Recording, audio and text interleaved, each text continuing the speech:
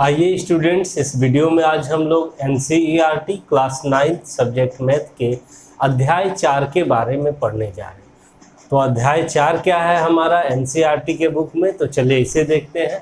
तो अध्याय 4 में हमें पढ़ना है दो चरों वाले रैखिक समीकरण यानी कि लीनियर इक्वेशंस इन टू वेरिएबल, इसके बारे में हमें इस अध्याय में पढ़ना है। तो इस चैप्टर में हमें पढ़ना क्या क्या है, पहले एक नज़र हम लोग उस पर डाल लेते हैं और हम लोग बारी बारी से समझ लेते हैं कि कैसे कैसे हमें पढ़ना है ताकि हमारा प्रश्नावली आसानी से सॉल्व हो जाए। तो चलिए हम लोग समझ लेते हैं कि क्या क्या पढ़ना है, फिर हम लोग शुरू करेंगे अपनी पढ़ाई को। तो पहला टॉपिक हमें पढ़ना है परिचय यानी कि इंट्रोडक्शन, यानी कि दो चरों वाले रैखिक समीकरण क्या है, इसका व्यापक रूप क्या होता है, ये सब हम लोग समझेंगे परिचय में। और जब परिचय हम लोग पढ़ लेंगे तो हमारा प्रश्नावली 4.1 जो है वो आसानी से सॉल्व हो जाएगा। तब हम लोग प्रश्नावली 4.1 को सॉल्व कर लेंगे। दूसरा टॉपिक है हमारा दो चरों वाले रैखिक समीकरण का हल, यानी कि solution of linear equation in two variable. तो समीकरण है तो उसका हल तो होगा ही। तो हम लोग इस टॉपिक में सीखेंगे कि दो चरों वाले रैखिक समीकरण के कितने हल होते हैं, हम लोग हल कैसे निकाल सकते हैं, और जब ये सीख लेंगे तो हमारा प्रश्नावली 4.2 आसानी से सॉल्व हो जाएगा। तीसरा टॉपिक है दो चरों वाले रैखिक समीकरण का आलेख, यानी कि graph of a linear equation in two variables. तो हम लोग इस टॉपिक में सीखेंगे कि किसी भी दो चर वाले रैखिक समीकरण को हम लोग आलेखित कैसे कर सकें, यानी कि ग्राफ पेपर पर किसी भी दो चर वाले रैखिक समीकरण का ग्राफ कैसे हम लोग खींच सकें, ये सीखने वाले हैं इस टॉपिक में, ठीक है। और जब ये हम लोग अच्छे तरीके से समझ लेंगे तो प्रश्नावली 4.3 हमारा आसानी से सॉल्व हो जाएगा। चौथा टॉपिक है हमारा एक्स अक्ष और वाई अक्ष के समांतर रेखाओं का समीकरण, यानी कि equations of lines parallel to the x axis and y axis. तो देखिए एक्स अक्ष और वाई अक्ष से हम लोग परिचित हो चुके हैं तीसरे ही अध्याय में निर्देशांक ज्यामिति में।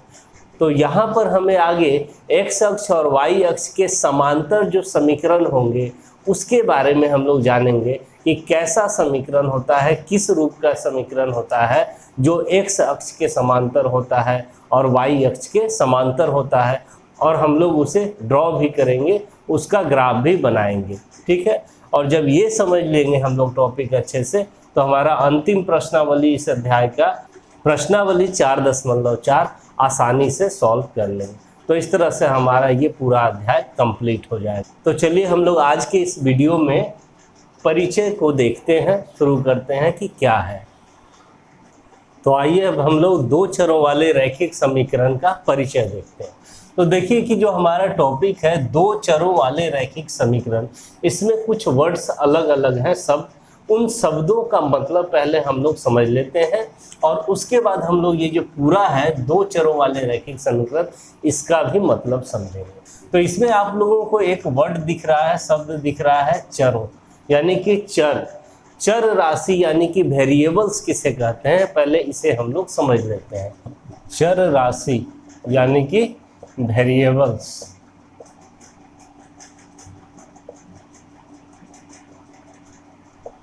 तो चर राशि किसे कहते हैं, तो वैसी राशि जिसका मान बदलता रहता है, यानी कि नियत नहीं रहता है, स्थिर नहीं रहता है, उसे हम लोग चर राशि कहते हैं।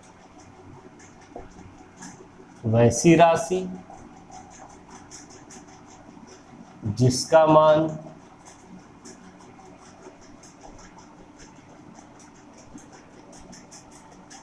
नियत नहीं रहता है,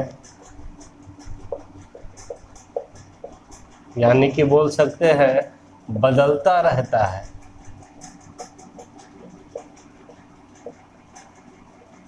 उसे चर राशि कहते हैं।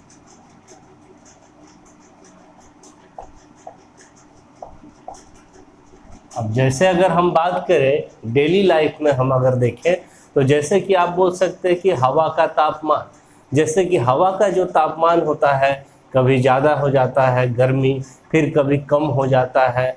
तो इस तरह से हम बोल सकते हैं कि हवा का जो तापमान होता है उसका मान फिक्स नहीं रहता है, वो मान बदलते रहता है मौसम के अनुकूल।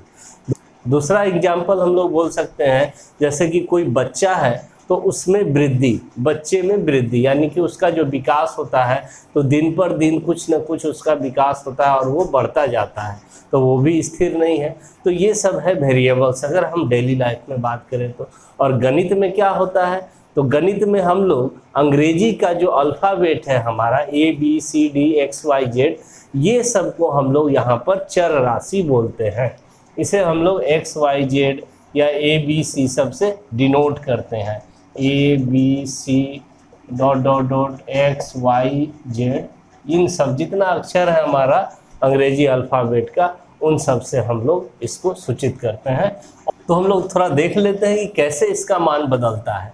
जैसे अगर हम बात करें कि एक वर्ग है और वर्ग की भुजा मान लीजिए कि x है, तो वर्ग का परिमाप का फॉर्मूला पता होगा सबको। वर्ग का परिमाप होता है 4 गुना भुजा, क्या होता है 4 गुना भुजा यानी 4x, 4x हो गया। तो अगर अभी वर्ग का परिमाप 4x बोले तो कितना है, कितना बड़ा वर्ग है हमें कुछ नहीं पता है, लेकिन हम जैसे ही बोले कि 1 सेंटीमीटर भुजा वाले वर्ग को लीजिए और उसका परिमाप बताइए, तो हम फिर आसानी से बता देंगे कि जैसे कोई वर्ग है जिसकी भुजा 1 सेंटीमीटर है तो वर्ग का परिमाप हो जाएगा 4 गुना 1 यानी कि 4 सेंटीमीटर। ठीक है, उसी तरह से बोलेंगे कि एक वर्ग है जिसकी भुजा 2 सेंटीमीटर है, तो इसके वर्ग का परिमाप कितना हो जाएगा, तो ये हो जाएगा 4 गुना 2 यानी कि 8 सेंटीमीटर। तो इस तरह से हम लोग देख रहे हैं कि शुरू में हमें नहीं पता था, ये एक फॉर्मूला टाइप में था, x का मान हमें नहीं पता था।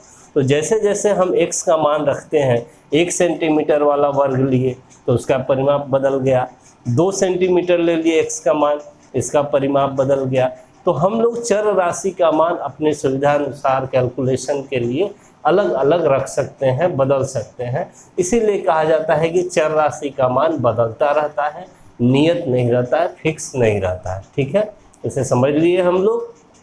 अब इसमें अगला वर्ड समझते हैं कि जो समीकरण है, समीकरण किसे कहते हैं, और समीकरण के बाद हम लोग समझेंगे कि रैखिक समीकरण किसे कहते हैं। तो इसका स्क्रीनशॉट ले लीजिए, हम लोग आगे बढ़ते हैं। तो आइए अब हम लोग समीकरण को समझते हैं कि समीकरण क्या होता है। तो देखिए, समीकरण का अर्थ होता है समानता, यानी दो वस्तुओं के बीच, दो चीज़ों के बीच अगर हम समानता को दिखाते हैं तो उसे ही समीकरण कहते हैं। तो गणित में हम समीकरण किसे कहते हैं, तो देखिए, समीकरण एक गणितीय कथन है जो दो वस्तुओं को समान अथवा तुल्य बताता है। यानी कि दो वस्तु ले लीजिए और उसमें बराबर का चिन्ह डाल दीजिए तो वही कहला जाएगा समीकरण। यानी कि आप एक चीज़ एकदम ध्यान रखिए कि समीकरण में बराबर का चिन्ह होना आवश्यक है। अगर बराबर का चिन्ह नहीं है तो वह समीकरण नहीं है। ठीक है, और एक चीज़ कि समीकरण में दो पक्ष का होना बहुत ही जरूरी है, एक बायां पक्ष और एक दाहिना पक्ष। ऐसा रहेगा तभी वो समीकरण होगा। तो जैसे उदाहरण के तौर पे देखिए, 2 + 3 = 5 होता है, तो यह एक गणितीय समीकरण है। 8 - 5 = 3 होता है, तो यह एक गणितीय समीकरण। इन सबको हम लोग गणितीय समीकरण कहते हैं। तो हमें जो क्लास 9 में या 10 में समीकरण पढ़ना है, इस टाइप के समीकरण को नहीं पढ़ना रहता है। यहाँ पर समीकरण का अर्थ होता है हमारा बीजीय समीकरण से, या कहें तो चर वाले समीकरण से। यानी कि ऐसा समीकरण जिसमें एक या एक से अधिक चर राशि मौजूद हो, उसे हम लोग बीजीय समीकरण या चर वाला समीकरण कहते हैं, जिसे हम लोग यहाँ पर पढ़ेंगे क्लास 9 में और 10 में। यानी कि आपको यहाँ पर समीकरण का अर्थ ये समझना है कि उसमें चर राशि जरूर मौजूद होगा और बराबर का चिन्ह जरूर शामिल होगा, तो उसे ही आप लोग समीकरण समझेंगे। जैसे यहाँ पर देखिए उदाहरण, x = 0, तो x क्या है, चर राशि है और बराबर का चिन्ह भी शामिल है, तो यह एक समीकरण हो गया। उसी तरह से x + y = 5, तो x और y यहाँ पर चर राशि है, बराबर का भी चिन्ह शामिल है, इधर इसका संख्या 5 लिखा हुआ है, कुछ भी लिखा रह सकता है, 0 1 2 3 4 5 कोई भी संख्या, तो वो समीकरण कहला जाएगा। यहाँ पर एक उदाहरण और लिए हैं, x² + 2x + 3 = 0। तो यहाँ भी x जो है वो चर राशि है, यह सब अचर राशि है, 2 3 0, और यहाँ पर बराबर का चिन्ह शामिल है। और यहाँ देखिए x = 2y। तो देखिए सभी में दो दो पक्ष हैं, एक बायां पक्ष और एक दाहिना पक्ष, और बराबर का भी चिन्ह शामिल है, और चर राशि भी है, किसी में 1 है किसी में 2 है। तो ऐसे ही समीकरण को हमें क्लास 9 में पढ़ना होता है, और इसे ही हम लोग समीकरण कहते हैं, या हम लोग बीजीय समीकरण कह सकते हैं, या चर वाला समीकरण कह सकते हैं। तो चलिए अब हम लोग समझते हैं कि रैखिक समीकरण हम लोग किसे कहते हैं। तो हम लोग समीकरण के बारे में समझ लिए अच्छे से कि समीकरण या बीजीय समीकरण या चर वाला समीकरण, इसी को हमें क्लास 9 में पढ़ना है। तो अब हम लोग देखते हैं कि रैखिक समीकरण किसे कहते हैं। तो जब भी अब समीकरण का बात हो, आपको चर वाला समीकरण ही दिमाग में रखना है। तो ऐसा समीकरण जिसके चर वाले प्रत्येक पद में चरों का घातांक केवल 1 हो, उसे रैखिक समीकरण कहते हैं। इसका मतलब कि आपको किसी समीकरण में प्रत्येक पद को देखना है, और जो चर राशि वाला पद होगा उसमें चर राशि का घातांक यानी पावर देखना है, वो सिर्फ 1 होना चाहिए, 1 से ज़्यादा नहीं होना चाहिए। तो उसे ही हम लोग रैखिक समीकरण कहेंगे। जैसे कि यहाँ x = 0, तो यहाँ चर राशि वाला पद है, तो यहाँ पर x का पावर कुछ नहीं रहता है, तो क्या रहता है, 1 रहता है। तो इसीलिए इसको हम लोग रैखिक समीकरण कहेंगे। दूसरा उदाहरण x + y = 5 है। तो यहाँ देखिए कि चर राशि वाला पद यही दोनों है, और यहाँ चर राशि पर पावर कुछ नहीं है तो 1 है, इस पर भी पावर 1 है x पर, और y पर भी पावर 1 है। तो इसको भी हम लोग रैखिक समीकरण ही बोलेंगे। उसी तरह से x = 2y है, तो यहाँ 2 पद है, दोनों में चर राशि मौजूद है। तो यहाँ पर भी देखिए x पर पावर कुछ नहीं है तो 1 है, यहाँ y पर पावर कुछ नहीं है तो 1 है। तो इसीलिए ये भी हो गया रैखिक समीकरण। उसी तरह से s + t = 2, तो यहाँ s पर भी पावर कुछ नहीं तो 1, t पर भी पावर कुछ नहीं है तो 1। तो ऐसा जितना भी समीकरण होता है जिसमें चर राशि का पावर यानी घातांक 1 होता है, उसे हम लोग रैखिक समीकरण कहते हैं। इसको एक तरीके से और भी समझ सकते हैं कि जितना रैखिक बहुपद होता है, जो हम लोग बहुपद में पढ़े हैं, बहुपद के प्रकार में रैखिक बहुपद, यानी कि एक ऐसा बहुपद जिसका घात 1 होता है, उसे हम लोग रैखिक बहुपद कहते हैं। तो जितना भी रैखिक बहुपद है उसमें बराबर का चिन्ह शामिल कर दीजिए, और दाहिने तरफ आप या तो एक रैखिक बहुपद या कोई संख्या लिख दीजिए, तो वह बन जाता है रैखिक समीकरण। ठीक है, कुछ उदाहरण दिखाते हैं जो रैखिक समीकरण नहीं है। जैसे कि x² + 5 = 0, यह एक रैखिक समीकरण नहीं है, क्योंकि यहाँ चर राशि का घातांक हम देख रहे हैं कितना है, 2 हो गया है, इसीलिए। और एक उदाहरण दिखाते हैं, 2x² + 5x = 3। मान लीजिए कि यह एक समीकरण है। तो यहाँ पर देखिए चर राशि वाला पद कौन सा है, ये और ये। तो यहाँ चर राशि पर पावर तो 1 है, कुछ नहीं है तो 1 है, लेकिन यहाँ चर राशि पर पावर कितना हो गया, 2 हो गया। इसीलिए यह भी रैखिक समीकरण नहीं होगा। इन सब का नाम हो जाता है द्विघात समीकरण, जो हम लोग आगे क्लास 10 में पढ़ेंगे। तो इस तरह से हम लोग समझ लिए कि रैखिक समीकरण क्या होता है। अब हम लोग पूरा 2 चरों वाले रैखिक समीकरण किसे कहते हैं, इस पर आते हैं, इसे समझते हैं। तो आइए अब हम लोग, जो हमारा टॉपिक है 2 चरों वाले रैखिक समीकरण, जो चैप्टर का नाम है, उसे अब हम लोग फाइनली समझते हैं कि क्या है। तो ऐसा समीकरण जो ax + by + c = 0 के रूप का हो, जहां a, b और c वास्तविक संख्याएं हैं और a तथा b दोनों शून्य नहीं हो, 2 चरों वाला रैखिक समीकरण कहलाता है। यानी कि इस रूप का जितना भी समीकरण होगा, सभी को हम लोग 2 चर वाला रैखिक समीकरण कहेंगे। ये 2 चर वाले रैखिक समीकरण का व्यापक रूप है। आप जहां a, b, c के जगह पे कोई भी संख्या रखिए, बदल बदल के, वास्तविक संख्या तो अनंत है, तो कोई भी संख्या रखेंगे हम बदल बदल के, तो हमें जो प्राप्त होगा वो दो चर वाला रैखिक समीकरण ही प्राप्त होगा। क्यों? क्योंकि देखिए उसमें दो चर हैं, x और y, और चर का घातांक की बात करें, पावर की बात करें तो कुछ नहीं है, तो एक है, इसीलिए इसे हम लोग दो चर वाला रैखिक समीकरण कहेंगे। कुछ उदाहरण देखते हैं हम लोग दो चर वाले रैखिक समीकरण का। जैसे आप a के जगह पे कोई भी वास्तविक संख्या मान लीजिए, चलिए 2 मान लेते हैं, तो 2x प्लस b के जगह पे कोई एक संख्या मान लीजिए 3 मान लेते हैं, तो 3y, और प्लस c के जगह पे कोई संख्या मान लेते हैं 5 = 0। तो यह जो समीकरण बना यह दो चर वाला रैखिक समीकरण बना इसी के हेल्प से। तो ऐसा जितना भी समीकरण बनेगा सब दो चर वाला रैखिक समीकरण कहलाएगा। जैसे और कुछ उदाहरण देखते हैं हम लोग।